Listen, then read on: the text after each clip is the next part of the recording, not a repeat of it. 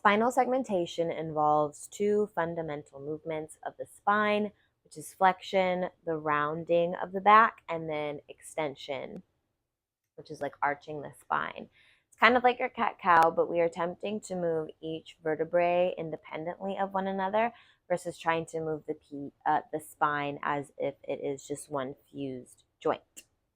There are many different base positions you can do spinal segmentation. I'm going to demonstrate in a tabletop position. Your hands are going to come right underneath your shoulders and your knees are underneath your hips. We're going to start with a nice rounded spine. Just trying to feel stretch in the backside. And you have a little bit of contraction in the core just to get to full spine flexion here. My head is tucked and my butt is scooped under. We're going to start with the pelvis, keeping the upper back rounded. You're going to stick the tailbone out. Notice nothing in my upper spine has moved or changed because I'm intentionally trying to focus in on the low spine here only. As I start to get into the mid back, you'll see I'm going into extension and it's bleeding up into the upper part of my spine. I'm thinking about lifting my sternum before I lift my chin up to the ceiling.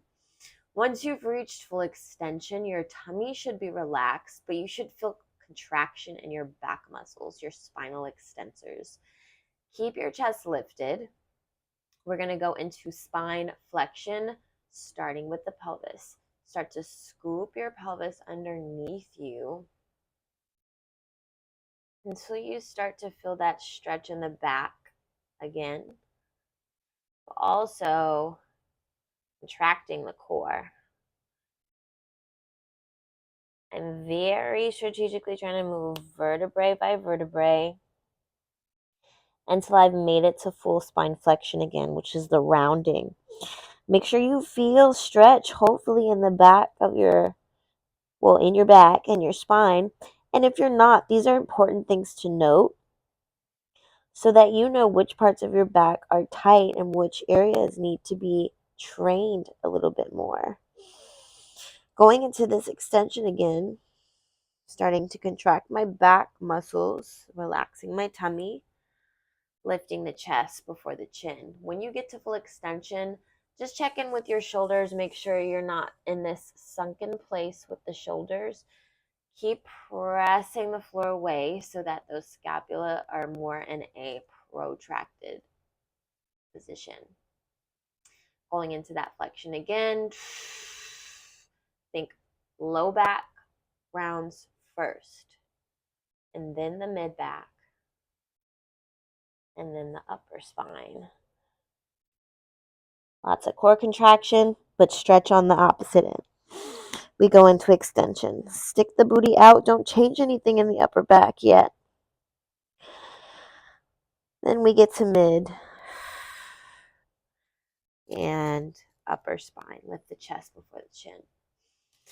This will be a time drill. You can do this for 2 minutes and just focus on the quality of the reps. Really hone in on what is hard for you to move, where it's hard for you to connect in your spine. This can also be done in a seated position. So if you are in a chair, your butt is on a chair, your feet on the floor, you can do the same thing. Your hands will rest on top of your thighs, the knee area. If you're on the floor, you can also do this in a seated position or kneeling. Fists will come right in front of the knees. Nothing changes. You start with full flexion, which is the rounding.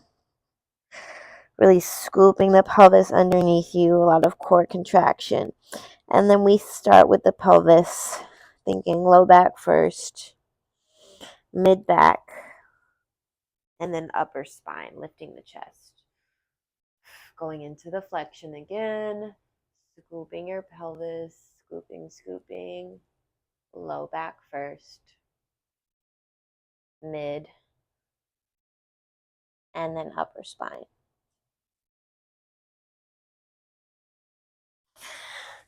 Like I said, this is a fundamental movement of the spine.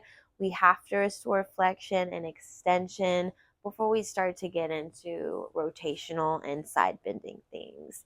This is like the bread and butter of spine health. I always start with this assessment with my clients to see how your spine is moving so it can be a great self assessment for you. Just record yourself and see which positions you're easily getting into and which are hard.